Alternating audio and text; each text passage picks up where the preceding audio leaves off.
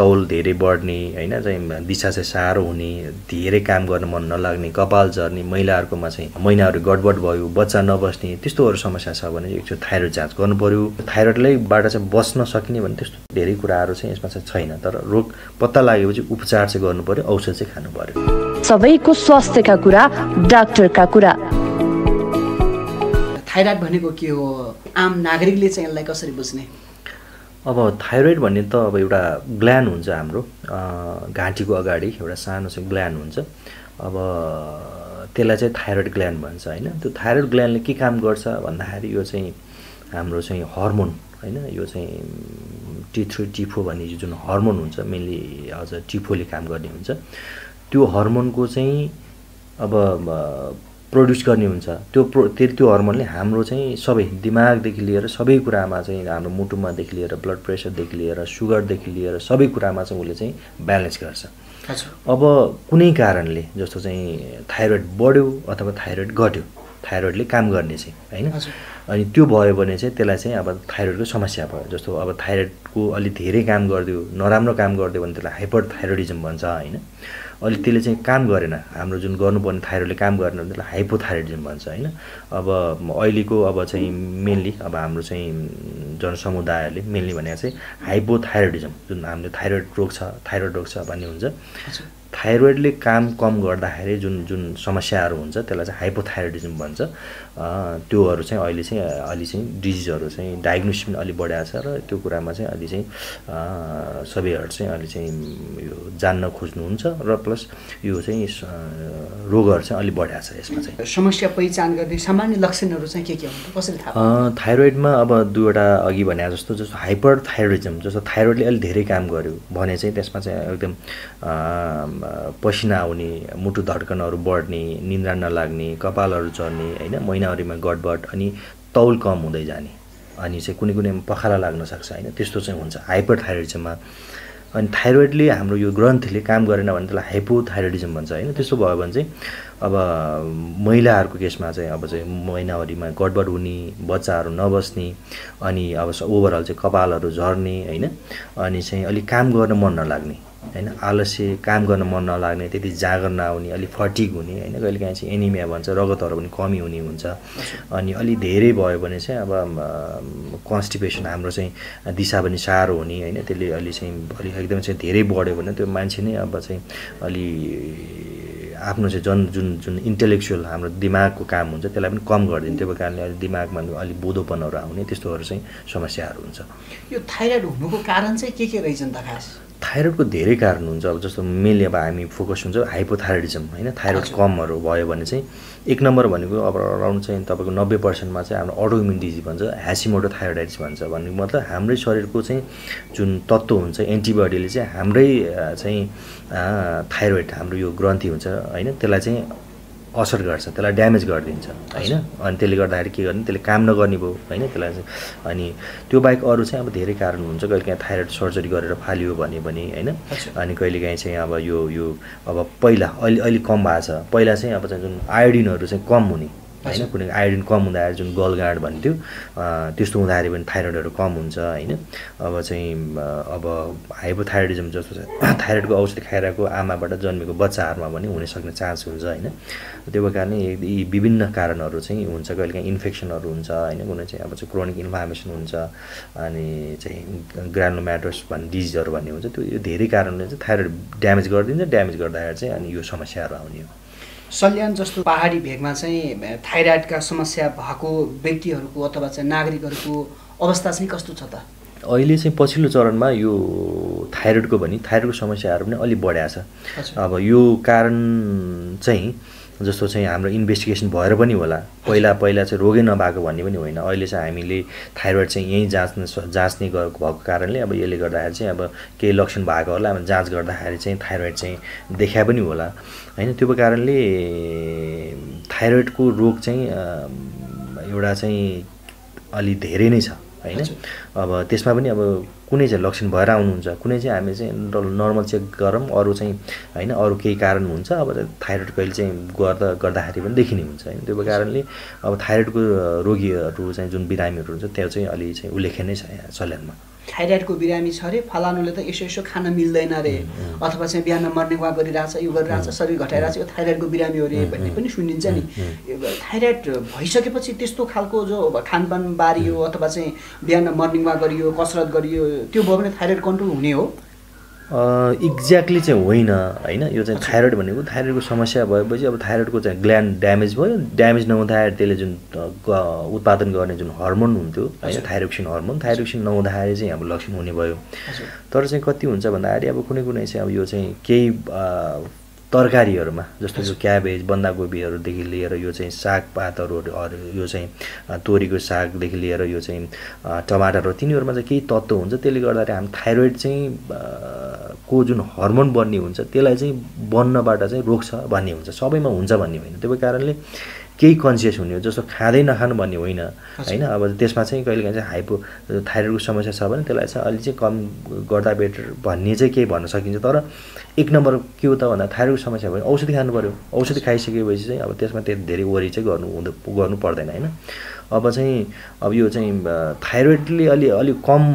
thyroid जुन हाइपोथाइरोइडिज्म भन्छ थाइरोइडको समस्या भयो भने चाहिँ तौलहरू बढ्ने चाहिँ हुन्छ तौलहरू बढ्ने चाहिँ हुन्छ होइन अब त्यसलाई चाहिँ फेरि वेट एकदम चाहिँ रेगुलर एक्सर्साइज गरेर चाहिँ वेट घटाएर थाइरोइडको समस्या निको हुने चाहिँ होइन थाइरोइडको समस्याले गर्दाखेरि चाहिँ अब चाहिँ तौलहरू चाहिँ बढ्न सक्छ त्यो चाहिँ इन्फर्टिलिटी जस्तो चाहिँ बच्चा भएन भने यसको धेरै कारणहरू हुन्छ होइन अब चाहिँ महिलाहरूको चाहिँ पाठेघरकोदेखि लिएर फ्यालोपियन ट्युबदेखि लिएर अब मेलहरूको चाहिँ त्यो हाम्रो चाहिँ अब चाहिँ बिरे चाहिँ यो एडिक्वेट छ कि छैन भन्ने कुराहरू हुन्छ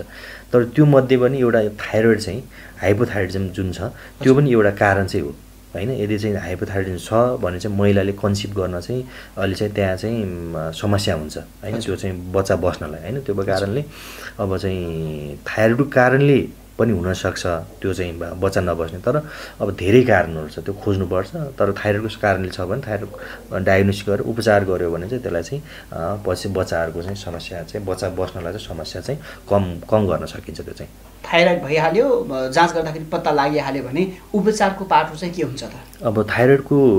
उपचारको चाहिँ अब औषधिहरू हुन्छ जस्तो अब हाम्रो हाइपोथाइरोइडिज्म भयो भने चाहिँ अब थाइरोइडले काम गरेन भनौँ होइन त्यो भएपछि हाम्रो चाहिँ यो चाहिँ थाइरोक्सिन भन्ने जुन हर्मोन हुन्छ हामीले चाहिँ जुन मुखबाट दिन्छौँ होइन त्यो मुखबाट दिन्छौँ कहिलेकाहीँ चाहिँ अब एकदमै सिभियर भएर कहिलेकाहीँ बेहोस पनि हुनसक्छ है मिक्स डेमा कोमा भन्छ त्यो सुन्नेर चाहिँ बेहोसै हुने हुन्छ त्यस्तो पनि इन्जेक्टेबल दिनुपर्छ नत्र चाहिँ हामी चाहिँ ट्याब्लेटमा चाहिँ थाइरोइडको हर्मोन के अरे ट्याब्लेट चाहिँ थाइरोइड हर्मोन दिने हुन्छ अब कहिलेकाहीँ अब एउटा त्यो कम भएकोमा कहिलेकाहीँ थाइरोइडले धेरै काम गर्दा त्यो हाइपोथाइरोइडिज्म भन्छ होइन त्यस्तो केसमा चाहिँ अब चाहिँ औषधिले पनि काम गर्न सकिन्छ अपरेसन गर्न पनि सकिन्छ र हामीले चाहिँ रेडिएसन दिएर त्यो हाम्रो यो थाइरोइड ग्ल्यान्ड हुन्छ त्यसलाई चाहिँ हामी चाहिँ त्यसलाई चाहिँ ड्यामेज गर्न सकिन्छ होइन त्यो केसमा चाहिँ तर हाइपोथाइरोइडिज्म चाहिँ औषधि नै खाने हो औषधि खाने अब त्यो खाँदै गर्दाखेरि फेरि एउटा चाहिँ अब हामी सबै कन्सर्न हुन्छ कति टाइम खाने भन्ने पनि हुन्छ होइन अब चाहिँ यदि थाइरोइड कारण हो र त्यो चाहिँ डायग्नोसिस भएको छ र त्यो चाहिँ हाम्रो अटोइम्युन डिजिज जस्तो ह्यासिमोटो थाइरोइड भन्छ 90%मा त्यो हुन्छ यदि त्यो छ भने चाहिँ लगभग लाइफ लङ हो फेरि किन भन्दा थाइरोइड ग्ल्यान्ड ड्यामेज भएपछि हाम्रो शरीरले निकाल्न सक्दैन तर हाम्रो शरीरले त चाहिन्छ त्यो काम गर्नलाई तर त्यसको लागि के गर्नु बाहिरबाट दिनुपर्छ त्यस्तो केसमा चाहिँ लाइफ लङ हुन्छ चाहिन्छ त्यसमा चाहिँ योसँगै थाइरोइडको समस्यालाई नियन्त्रण गर्न अथवा योबाट बस्न चाहिँ के कुरामा ध्यान दिन त यसबाट बस्ने खासै त्यस्तो चाहिँ अब कुनै चाहिँ रोगको लागि जस्तो इन्फेक्सनको लागि चाहिँ हामीले इन्फेक्सनको लागि चाहिँ हामी प्रिभेन्ट गर्छौँ त्यस्तो चाहिँ छैन थाइरोइडको होइन तर चाहिँ अब केही गर्न सकिने भने जस्तो चाहिँ आयोडिनयुक्त हाम्रो चाहिँ जुन नुन हुन्छ त्यो खानु पर्यो होइन केही इन्फेक्सन जस्तो थाइरोइडको इन्फेक्सनहरू केही छ होइन सर्जरीहरू केही गर्नुपर्छ नि त थाइरोइडहरू बचाउनु पर्यो होइन अनि त्यो बाहेक चाहिँ त्यस्तो चाहिँ यसको यो थाइरोइडलाई बाट चाहिँ बस्न सकिने भने त्यस्तो धेरै कुराहरू चाहिँ यसमा चाहिँ छैन तर रोग पत्ता लागेपछि उपचार चाहिँ गर्नु पर्यो औषध चाहिँ खानु पर्यो जिल्ला अस्पताल सल्यानमा थाइरोइड छ कि छैन भनेर पत्ता लगाउने र पत्ता लागिहालेपछि चाहिँ उपचार गर्ने पाटो यहाँ सम्भव छ कि छैन यहाँ भइरहेको छ कि छैन छ पछिल्लो चरणमा चाहिँ यहाँ चाहिँ इन्भेस्टिगेसन हुन्छ त्यो थाइरोइड फङ्सन टेस्ट भन्ने हुन्छ त्यसमा 3वटा T3 T4 र TSH चेक गर्छ र त्यो किन भयो त होइन थाइरोइड त एउटा त थाइरोइड रोग भयो थाइरोइड त किन रोग भयो त भन्ने चाहिँ हाम्रो एनटिटिबिओ भन्ने हुन्छ त्यो चाहिँ एउटा त्यसलाई चेक गरेर पनि यदि त्यो पोजिटिभ भयो भने चाहिँ हाम्रो मैले अघि भनेको थिएँ 90% मा ह्यासिमोटो भन्ने हुन्छ त्यो रिलेटेड हुनसक्छ भने त्यस्तो केसमा चाहिँ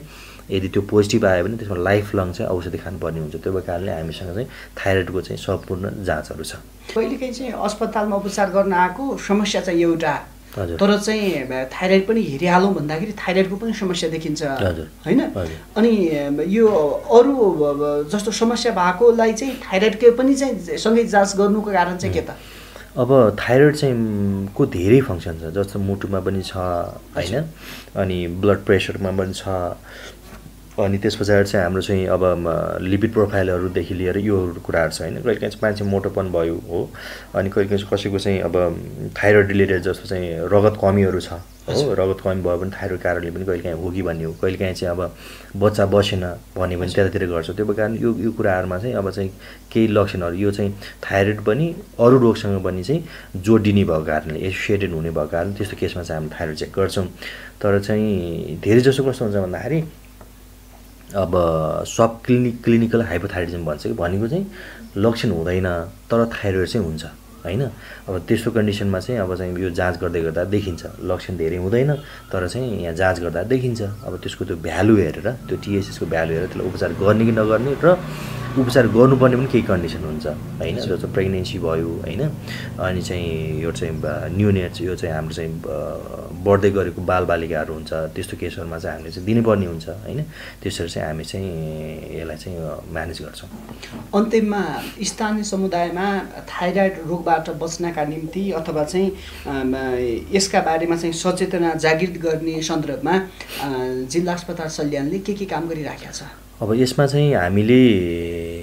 यो चाहिँ थाइरोइडबाट जस्तो थाइरोइड रोग के हो हामीले चाहिँ विभिन्न अब कार्यक्रमहरू गरेर होइन थाइरोइड रोग भनेको के हो होइन जुन हाइपोथाइरोइडिज्म भन्छ त्यो रोग भनेको के हो यसका लक्षण के हुन् यसले यो भयो भने लक्षण भयो भने के जाँच गर्ने र हामीले चाहिँ उपचार गर्ने कुराहरू हामीले चाहिँ विभिन्न अब चाहिँ कार्यक्रमहरू गरेर चाहिँ हामीले गर्ने गरेका छौँ अनि त्यो भएपछि हामी चाहिँ अब धेरै कुराहरू मैले अघि भने प्रिभेन्टिभ चाहिँ धेरै छैन यसलाई रोक्न सकिने तर चाहिँ यदि रोग छ होइन थाइरोइडको रोग छ र त्यसको डायग्नोसिस भयो भने चाहिँ उपचार चाहिँ गर्नु पर्यो र औषधि चाहिँ रेगुलर खानु पर्यो त्यो अनुसार चाहिँ हामीले काउन्सिलिङहरू गर्ने विभिन्न प्रकारका कार्यक्रमहरू गर्ने चाहिँ त्यसरी चाहिँ हामी अहिलेको अवस्थामा त्यसरी गरिरहेका छौँ थाइरोइडको चाहिँ हाम्रो समस्या छ हेर्नु है हामी कति कुरा लक्षण होला कति कुरा लक्षण नहोला होइन मेनली लक्षण भएकोमा होइन जस्तो चाहिँ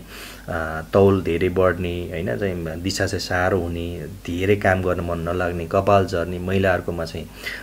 महिनाहरू गडबड भयो बच्चा नबस्ने त्यस्तोहरू समस्या छ भने एकचोटि थाइरोइड जाँच गर्नु पर्यो थाइरोइड जाँच यदि चाहिँ थाइरोइडमा चाहिँ समस्याहरू छ र त्यसलाई औषधि खानुपर्ने छ भने एकदम चाहिँ औषधिमा चाहिँ स्ट्रिक्ट हुनु पर्यो होइन अब चाहिँ केही टाइममा खाने छोड्ने गर्नु भएन होइन अनि त्यसरी गर्दाखेरि हामीले चाहिँ यसले चाहिँ अब पछि चाहिँ जस्तो उपचार नहुँदै गर्दाखेरि चाहिँ जुन समस्याहरू गर्छ त्यसलाई चाहिँ हामीले रोक्न सकिन्छ त्यो कारणले थाइरोइड छ कि छैन जाँच गर्नु पर्यो जाँच यदि डायग्नोसिस भयो भने उपचार चाहिँ गर्नु पर्यो औषध चाहिँ खानु पर्यो त्यही भन्न चाहन्छु हुन्छ हामीलाई समय दिनुभयो धेरै धेरै धन्यवाद धन्यवाद रोग भन्दा ठुलो शत्रु छैन र स्वास्थ्य भन्दा ठुलो धन पनि होइन स्वस्थ रह्यौं भने बच्न सक्छ अमूल्य जीवन सबैको स्वास्थ्यका कुरा डाक्टरका कुरा Exclusively